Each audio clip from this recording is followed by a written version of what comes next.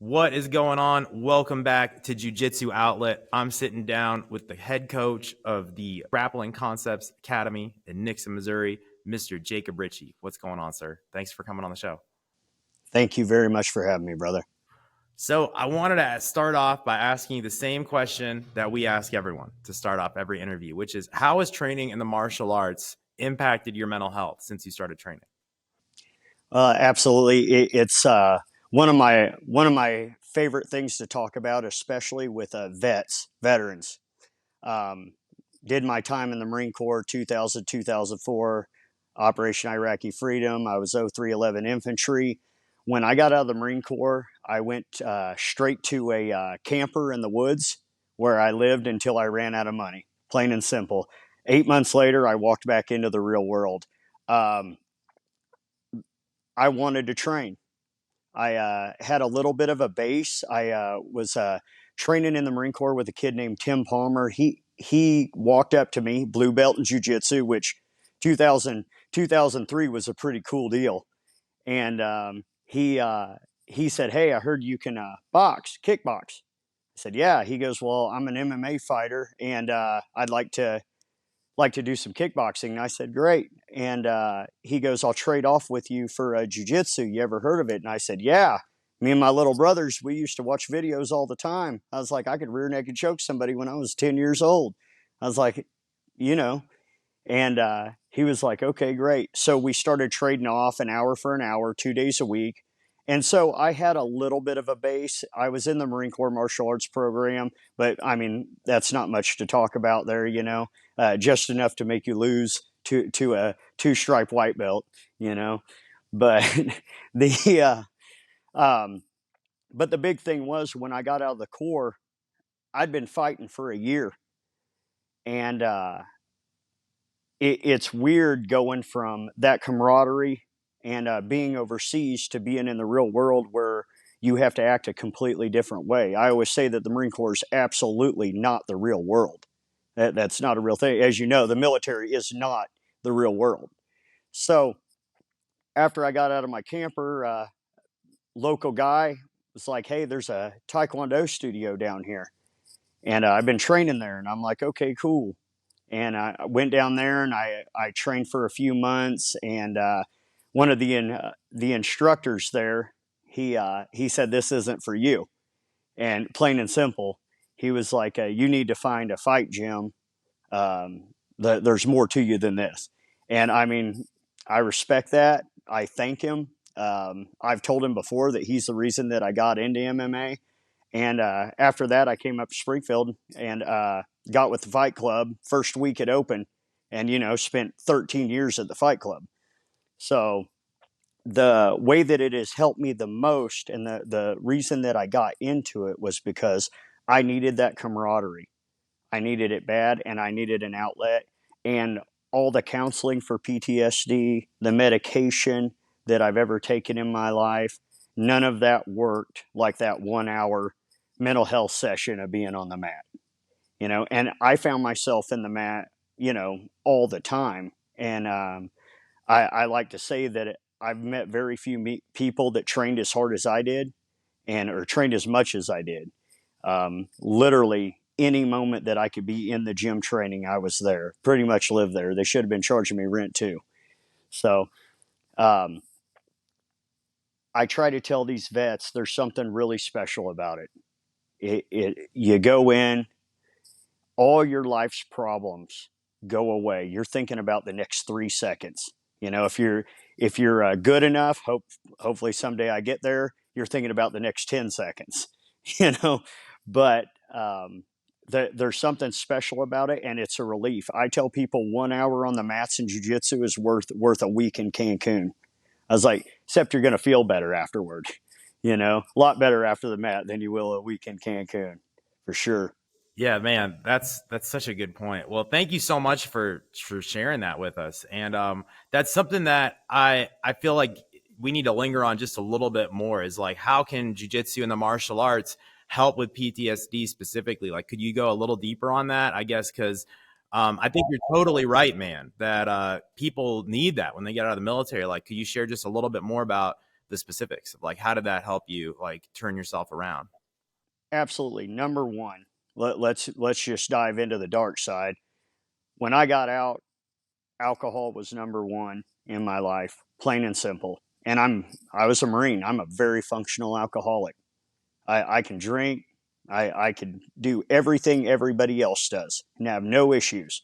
Drink all night, run 5 miles in the morning, no problem. So that's an issue. That's an issue when you're very functional.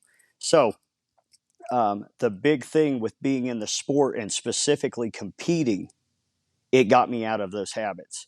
I realized that I could not do those things anymore. Smoked while I was in the Marine Corps, smoked when I started training, absolutely stopped because anything that I could do to make myself better at this sport, I was willing to do. You know, if I need to cut a finger off to get better, I would have done it. So simple things like quitting alcohol, I all of a sudden had a reason to stop drinking alcohol. I had a reason to not smoke cigarettes because, guys were beating me. I thought, man, if I had this little edge, little bit of an edge, I could beat all these guys. So with that, the PTSD feelings, the depression, being down, feeling like I'm not good enough, that little bit of relief, an hour, 2 hours a day, just changed everything. I've been unmedicated for 5 years. I was pretty much told I would be on an antidepressant the rest of my life, and I feel better than I've ever felt in my life. That's amazing, man. I think that that more people need to wake up and realize the science behind this kind of stuff. Like it's something that science is finding right now is that strenuous physical exercise is better than any of these drugs that they've been prescribing us. Like I did an episode recently interviewing my friend Musin Corbry, and he's a third year or fourth year now doctoral student who's like studying deep into the effects of medicine and comparing it with exercise basically. And he was telling us like this is basically what science is finding is that that strenuous exercise specifically like high intensity stuff, basically high intensity stuff really stimulates the dopamine receptors in your brain. And for men, they're finding that there's a link between dopamine and testosterone production. So once you get the dopamine going, then your testosterone also kicks back in. And for men especially, that's like it's central to everything basically. And that's why I think a lot of us get addicted on it, because it really is like that dopamine response going. Absolutely, I love that. I love that you made that comment. So whenever I went to get off meds, what happened pretty much was, I had stopped fighting. I started focus more on my kids wrestling. I realized I was not going to get to the UFC, and that was my goal. And so once I took that hard truth and I processed it, I was like, okay, well, I'm going to be the best youth wrestling coach I can be. All right, I'm going to get my kids where they need to go, and I've done that. They're doing great, and they got out of wrestling exactly what they needed. But the big thing was that one of the guys said, "Hey, man, have you had your testosterone levels checked? And you had any labs done?" I said, "No, I've never done anything like that." My testosterone was 180, and I mean, horrible, horrible. I should have been around 800. So that was a huge issue. My hormones were so out of whack, and I don't know if it was from all the weight cutting or what, but my last two fights, I didn't make weight. I made weight 32 times in my career and then didn't make weight. And I knew something was wrong. I would literally go to the gym and show up, look at the gym, drive back home. I mean, the people talk about the fire being gone. The fire's not gone. The fire's not gone. Your hormones are out of whack, and you're not feeling like you did before, and you've got to do things to process that. You've got to do things to fix it. Yeah, man, I feel like that's something that we need to talk about a lot more. What did you do that helped you kind of bounce out of that state? So, diet, of course. I was still eating like I was training 6 hours a day. So that changed a lot. And whenever I stopped fighting, I kind of went to a spot where I felt like I couldn't go back to the gym. I was almost embarrassed to walk in the gym, not being a fighter. It's just the whole persona of who I was as an athlete is now gone. You're just one of the regular guys. I'm not saying anything wrong with being one of the regular guys, but there was for me. It was a big deal for me. So I ended up being out of the gym for 6 months, a year. And literally what that turns into is same bad habits. Now all of a sudden I'm taking antidepressants. Now all of a sudden I have all these goals of a day, all these happy things that I want to do with my kids at night. And what do? You get off work, you go home, you open a beer, and you watch TV. I mean, you're a mess, and can't get the motivation to get anything going. And the only thing that saved me was discipline. Absolutely, the only thing that saved me, because I was still doing little workouts. I was still wrestling with them. I was still coaching, still doing what I needed to do. But I'm talking about I was doing the bare minimum. And then I got on a TRT protocol, and it absolutely changed my life. I mean, within 2 weeks, like, I was back to normal. I remember my wife saying, "There you are. We missed you." Wow, that's powerful. Absolutely. I mean, thinking about it, the fact that I gave roughly 8 months to a year of my life away to antidepressants, and feeling sorry for myself because I wasn't good enough. I mean, it's sad. Makes you want to cry. Time is so valuable. I'm not trying to waste any of it. Yeah, you're right, man. 100%. And man, that's powerful. Thanks for sharing.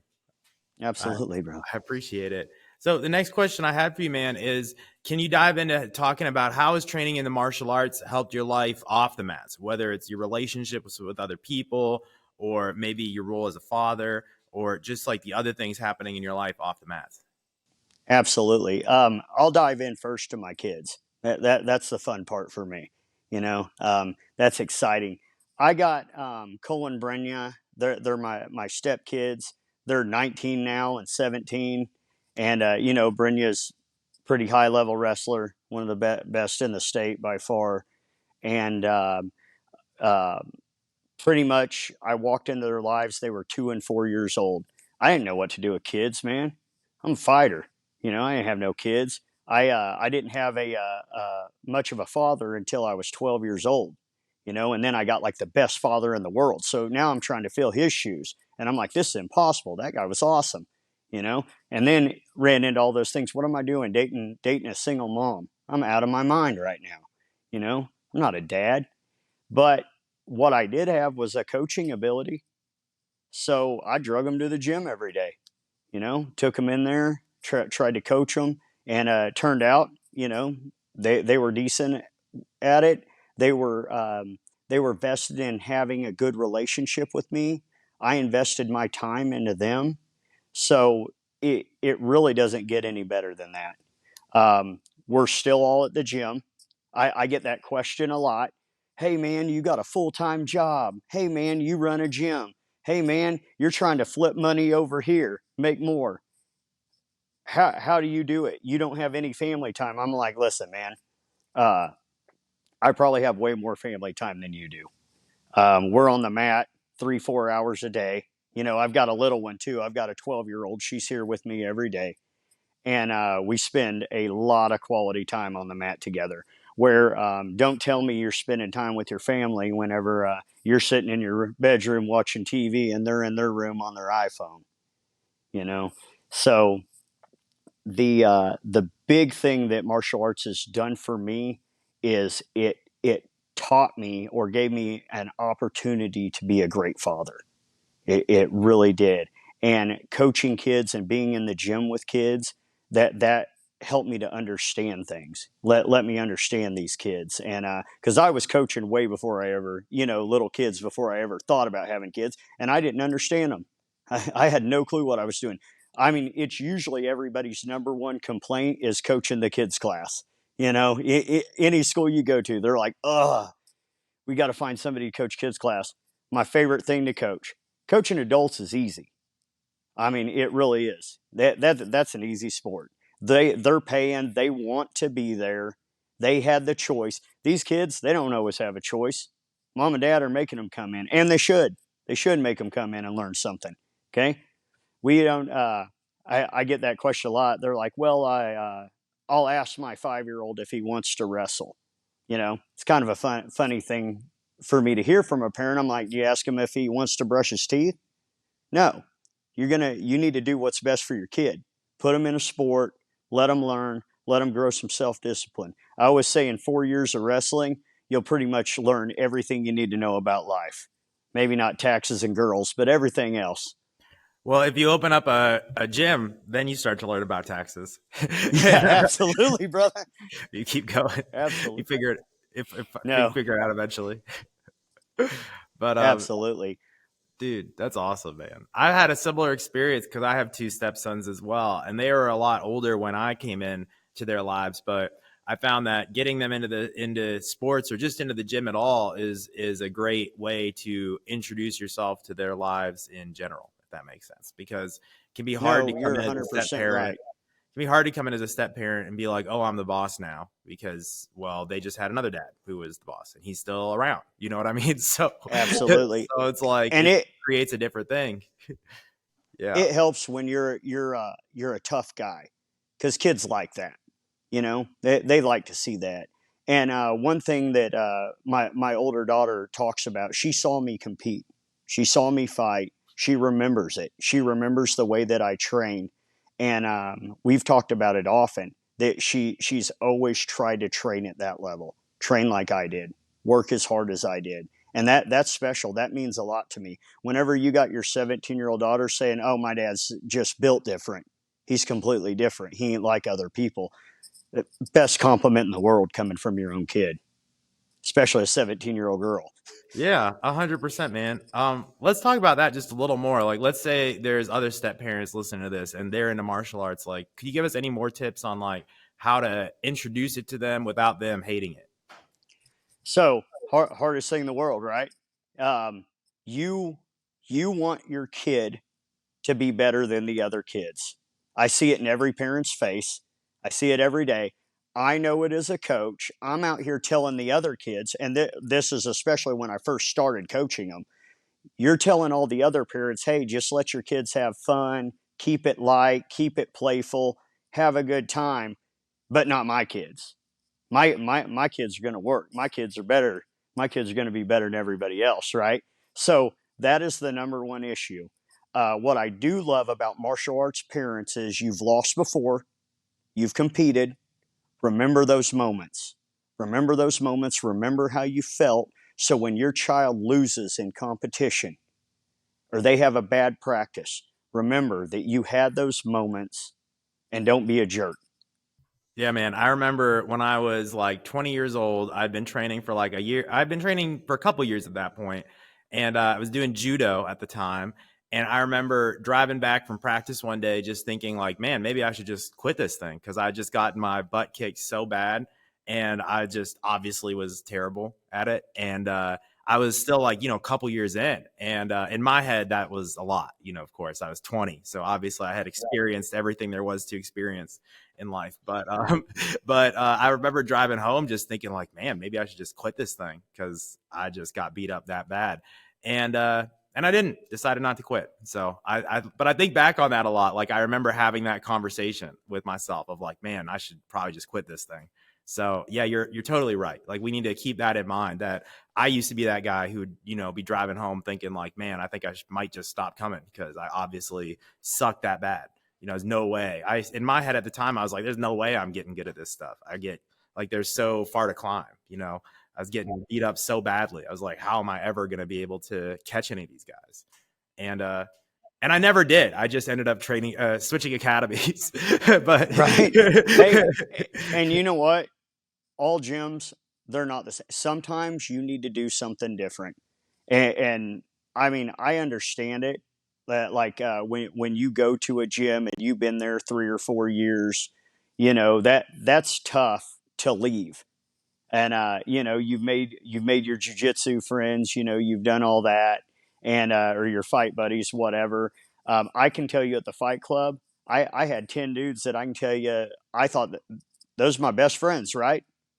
But I couldn't tell you what half of them did for a living. I couldn't tell you their kids or their wives' names. None of that. We were mat buddies. We didn't go out and hang out a lot. Anything outside of watching fights and things like that. just wasn't something we did. And I like that atmosphere. I'm built that way. I I don't need to hang out with you all the time. You know, I don't need to be your best friend. But I really support my guys and girls going and training other places. Hey, if that guy's got a better product than me, and it's working better for you than me, then train there. I'm okay. The gym's doing great. I'm not struggling for gym dues. That's one of the best parts about being in Nixa. You know, everybody's got plenty of money down here. And we don't have to deal with a lot of those issues that some small towns have to deal with. But I want you to know that if there's a better product out there, go train there. And I stay away from that cult like atmosphere. This is a business. My white belts don't mop my mats. I don't do any of that. You come here, you train, you go home, get some rest, come back ready to train tomorrow. I stay here for an hour every night cleaning. I've gotten one major compliment all the way across, and it's that I have one of the cleanest gyms people have ever seen. Well, it's not an accident. I'm in here cleaning every night. I clean every morning. You know, it's one of those things. So you're absolutely right about that, and how it can be tough, and sometimes it just helps to get a new perspective on it. You know. Yeah, absolutely. And I think a lot of times people they get so discouraged in the beginning because they think that they're not progressing fast enough. But then, like in my case, I moved because I went to college, and then I ended up eventually coming back and training at some of the places that I've trained at in the past. And it's crazy because then you see the changes. Then you see like, oh wow, I have gotten better now I'm at this level, or something like that. But it's Right. really just all about like never quitting, and that's like the big thing that You're I've taken 100% away. right.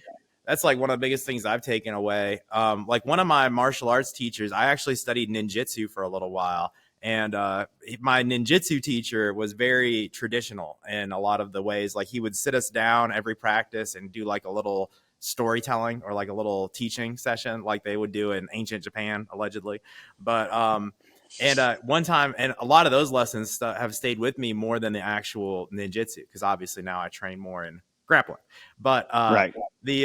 but one of the things that he told us was that like he would tell us about how you're responsible for your own training. You're responsible for making sure that you get better. And 100%. he would put a lot of that on us. And man, I just like I think about that kind of stuff a lot, like those different things that he would say. And I don't know why I brought that up, but I was just thinking Hey, about I it. love that. Let me piggyback that for one Yeah, second. please. Um, you ever video your training? Yeah, Okay. yeah, So instead of videoing your live rolls, go ahead and if you can look back at it, video your reps. Take a look at how many reps you do when you're training. Then go back in and next time you do it, count your reps. If you start counting reps, I'm telling you, you will do so many more reps if you're actually challenging yourself and competing with yourself to do more reps. And it's something that I do with my kids program. I'll have them count their reps once they learn the move, because I've got a different kind of program here. I run the kids program the same as adults. The same with my wrestling. I teach kids the things that they need to know for high school and college. I'm not teaching kids club garbage. Um, they're smart enough to understand. I don't know who thought, hey, we should just teach kids this stuff because they can't handle it. It's untrue. Teach them the yeah, basics. Teach them to choke people. Teach them to break arms, and then make sure that they know the responsibility that come with those superpowers, because it's important. But the kids class, I'll walk around. They got it down. Tuesday night, I teach everything. Thursday night, we go through and we rep everything, and we rep it like there's no tomorrow. And I tell them, count your reps, and I want a competition going. I want to see if these two do more reps than these two. And guess what? If I gave you 10 minutes to drill reps on an armbar and you did 5 reps, you're doing it wrong. You're yeah, absolutely doing it wrong. You're in the wrong spot. yeah. Okay, in your own life, you need to do some soul searching and decide whether or not you really want to be good or not. Yeah, you're totally right. Like what you said there at the end is, do you want to be good? Because the instructor is not there to make you good. They're there to facilitate the class and teach Absolutely. and coach. But you can't put a gun to my head and make me a world champion. Like it's just not possible. There's no Right. way. I have to do it. I have to be the one who wants to do it. And if I'm not Absolutely. showing up and drilling and working with focus, then it's just never going to happen. And man, 100%. bleeds into everything else, man. So, hey, one last question for you I wanted to ask. So, we touched on this a lot already, but can you share what have been some of your biggest takeaways from becoming a coach and a teacher? Like, as you've kind of evolved from being the student into the coach, what have been like some of the biggest things that you, or your biggest epiphany moments, I guess? Okay. So, one really tough one was I'm a much better coach than I was a fighter. That's hard, man. That's a hard pill to swallow. And the proof's in the pudding, so to speak. You know, I coach at a much higher level, and I've put my kids and my athletes into a much better position than I was ever at, and that's really tough. Um, the big thing for me is when I started coaching at Nixa, it was the fact that he wanted me. Coach Martin wanted me there. You know, that's a weird moment when someone seeks you out and wants you in their program. Like that's a huge confidence booster. And then you go into your first practice and you've got Barry Weldon sitting there, Division One national champion at Iowa State, coach at OU, and he's sitting there and he's like, "Hey, I'm here to help you," and having the confidence to not care, just oh, well, I'm a youth wrestling coach. He was a college wrestling coach. Cool. I'm good at taking a pound of clay and molding it into something that looks like a wrestler. He's good at taking high level wrestlers, moving their hand 3 inches and making that next step, you know, different jobs. And I was glad that I was able to look at it that way and realize that different coaches are needed for different levels and different expertise. And that guy mentored me through so much. And most of what I've learned about the business end of things and how to run things is Coach Justin Martin at Nixa, the Nixa high school wrestling coach. I've learned more from him. It's absolutely unbelievable the lessons I've taken from him. But huge moments were, um, as far as positive, it's seeing a student that was finicky or scared or afraid to make contact, and all of a sudden they're out there slaying bodies. You know, that's the big moments for me. I coach an attack style jiu-jitsu. I coach it just like more of an MMA style jiu-jitsu where we want to get the takedown, we want to submit. We are submission hunters. We are after them, you know, and when I say we're submission fighters, I mean it. We are going after you. I expect when I'm rolling, I expect myself to attack every 30 seconds. That's my rule. I'm going to throw a submission every 30 seconds, and if it's garbage, I'm going to scramble out of it. We're going to fight through that, but I'm going. I'm going to go after you. Okay, it can't all be about setups. It can't all be about self-defense and saving yourself. Go out there and attack somebody. I always say I teach more of a self-offense than a self-defense. But hard moments for me. The moment I opened a gym, um, I've been in this sport for 20 years, and I never had an enemy, not one.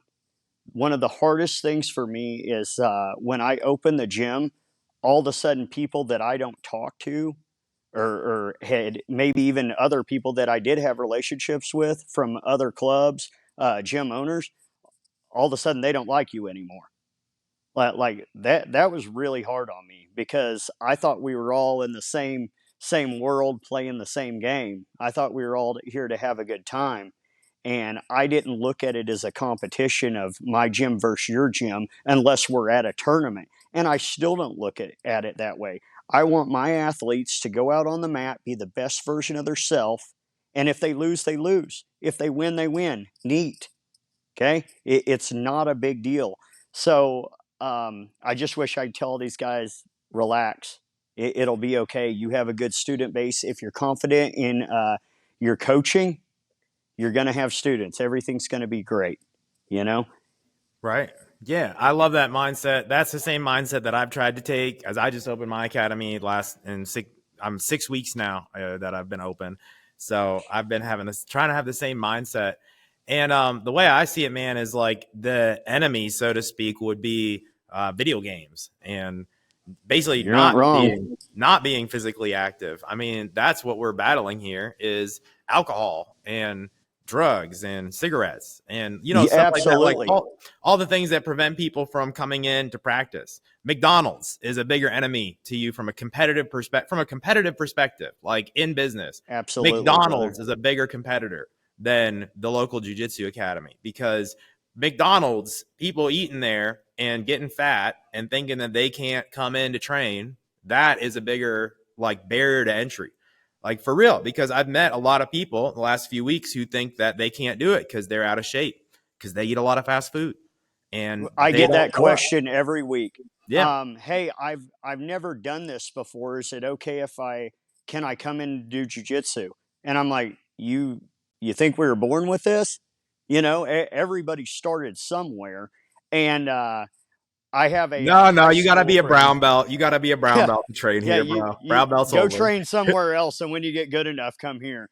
You know, no. The I had my buddy Jeremiah. We've been friends since junior high. He trained with me a little bit at the Fight Club back in like '05. Hasn't done nothing all this time, and we were talking about the time I spend in the gym because I'm here from 2 o'clock till 9 o'clock at night, and roughly, well, about 2:30 till 9 o'clock at night. I get off my other job at 2. I work 6 to 2 there. So I put in a full day. And what he told me was, he goes, hey, pretty much what I was doing every day was the same thing, except I would go home and play video games till 9 o'clock at night. He's older guy, wife. They didn't have kids, so he's still in that mode. And now he's got this instead of playing video games. And I'm like, brother, I just saved your life, man. Put 10 years on you. You're going to Yeah, feel better than you've ever felt. And you're 100%. 100% right. Playing video games all the time is a mental illness. Like I feel that it's a mental illness. My son, we've talked about it because he will get really into gaming and he has enough discipline, and that's why I love him wrestling. That's why I love him doing martial arts, because he has enough self-discipline that when he feels himself play until 3 a.m. and he's got to work at 6, he'll shut it down. He'll shut it down for about a month, and love that about him. I don't have to worry about him. He decided not to wrestle in college. That was a hard pill for me to swallow. Decided that he was done wrestling, and then I sit back and I thought about all the great things that martial arts have done for him, and what a great kid I have, and what a great man he is, and those are the things that I take away from martial arts. Nothing but happiness. Man, that's so powerful. And I feel like what you've really done is you've shown them that like this is where you go for fun. This is where you go for improvement, and he'll have that for the rest of his life. He'll know like if he's ever Absolutely. down, like let's say he's 23 and some girl breaks up with him or something, and he's feeling Right. down. He's like, you know what? Maybe I'll go check out that jiu-jitsu school my dad was always saying I should check out or whatever, and then he'll go sign himself up. Absolutely. Like that's what happened with Absolutely. me. That's what happened with me. My dad got me into judo as a kid, and I was super inconsistent. Like my whole childhood, I didn't train much at all growing up, but I trained enough that I associated judo with like that's where you go to work out. That's where you go to get in shape. Right. Is you show up at a martial arts academy. I didn't have this like gym culture growing up. No one ever Right. told me like, oh, you should go lift weights. It was, oh, you should go to judo if you want to get in shape. So once I got Absolutely. older and I wanted to get in shape and join the military, I was like, all right, I guess I better sign back up for judo because that's what you do to get in shape. And And you're that's what not I did. wrong. And a Yeah. good thing I kind of take off that, what you're saying is, and it's a positive gym culture. You definitely have to have that. And a lot of Yeah. times when they go lift weights and stuff, they don't always have that. Yeah. That positive gym culture and that guidance. I have a waiting area out here. It's got a sectional in it. It's got a TV, and and I've got fight videos playing nonstop. And this has became almost a hangout for the high schoolers here locally, and some That's from awesome, man. Springfield, some from Willard. And I love that they're in the gym. Like even if they weren't here training, I know they're someplace safe with a good positive vibe going on, and Yeah. everybody's got a good attitude. And I love seeing it. I love seeing my older kids, Gage Sporleader, Zan Fugate, guys like that will come in. You know, they're 18 years old now. Zan's getting ready to leave for Wisconsin for college. He's got a full ride. He still comes in, and you'll see him over there with a 5-year-old teaching him how to wrestle. I mean, that's a beautiful thing. That's awesome, That's what man. we're looking for. Yeah, man. Zan's a beast. I've trained with him at Springfield Fight Club, and he is like Yep. 60 pounds lighter than me, I think, but he was like, it was a freaking handle, a handful, bro. And Like, he and took me people down talk multiple about times. burning out. He's a beast, bro. People talk about burning out, things like that. Zan Fugate literally finishes wrestling practice, comes into this gym, boxes 3 days a week, kickboxes 2 days a week, does jujitsu 3 days a week on top of his wrestling schedule. And everything he does is at a high level. I didn't know if you've seen it, but he just won his first boxing match. Oh, I didn't see that. And That's freaking awesome, man. That's yeah, powerful. didn't I think he got touched twice in a round and a half before he got the TKO. And I mean, on another level, people like to talk about Bo Nickel, and Bo Nickel's doing great things. But if you want to talk about jujitsu, attack style jujitsu, combined with being a solid wrestler and a phenomenal striker, we're talking about a whole nother level. When we came in and we built this gym, Zan was one of the first people to come in here and help me out. We're putting the mats down, and we got the mats down the first day, and he looked at it and he goes, this beautiful. He goes, someday, he goes, after college, after the Olympics, he goes, I'm going to be a UFC world champion. And he's like, I'm finally going to pay you back for all the things that you've given me in my life. And that was a beautiful thing. But that's how Zan thinks. Zan's not worried about being in the UFC. Zan's worried about being the world champion. That's powerful, man. That's powerful. I have no doubt that he will be, bro, with that mentality. Like, a lot of the guys coming out of your gyms are savages, bro. Like, I'm scared of them. Absolutely. I'm scared of you guys. I appreciate it. Scary bunch. Isn't it weird? I'll just end on this. I love how in jiu-jitsu that's a compliment. Like, if I say that to you anywhere else, I'm like, oh, I'm scared of you, man. You're like, oh, don't be scared of me. I'm nice. But in jiu-jitsu, it's like, oh, you guys are scary. It's like, oh wow. That's like Thank somebody, you. Appreciate that. some of my students are getting the sub, and I'm like, does that feel good? And they're like, no, that was horrible. I was like, no, did it feel right? And Perfect. I love that, man. Well, Jacob, this has been a great conversation. I appreciate you sharing from the heart. Like, this has been a lot of great honor to chat with you, bro. And absolutely, brother. Thank you. could you tell us a little bit more about, like, let's say someone wants to come train with you, where can they do that? Okay, I'm at Grappling Concepts Nixa. Have a beautiful webpage. You know, I update it on the regular. Also, I started the Jab Lab Boxing Club, which is what I believe separates me from all other MMA gyms. A lot of people let you come and train what you want. If you're going to fight for me, you're gonna box, you're going to do jujitsu, you're going to kickbox, and you're going to wrestle. And recently got a guy that's getting ready to have his first fight in Boonville coming up. Not a wrestler, which is something new because a lot of my fighters are my ex-wrestlers. So we're getting him on that level. And so we can get you there. Wrestling's not a dark art. It's not some magic thing. We can teach you how to wrestle, and we will teach you how to wrestle. So, but sorry, brother, I got off subject. I'm down here in Nixa. I'm across the highway from Walmart. My schedule's on my website. I have so many classes, it's ridiculous. My boxing coach was a Serbian champion, came to the States a few years ago. He's wonderful, great attitude, and took some of the pressure off me in the striking department. Absolutely love him to death. And we're pretty much here from 3 o'clock till 9 o'clock at night. So you can come in anytime. We recently started our first day class, which was huge. You know that. Once you can start having day classes, that's a big deal. Wednesdays and Fridays from 12 to 1. Efren Quintana, great purple belt. Not sure if you know him yet, but he's a great purple belt. He's solid. He's fun. So he's coaching those classes now. And we're just trying to continue to grow. I'm hoping to have some morning classes in the future. Dude, that's awesome, man. Well, thank you so much for coming on the show. It's been amazing. Absolutely. I appreciate you. Thanks for having me.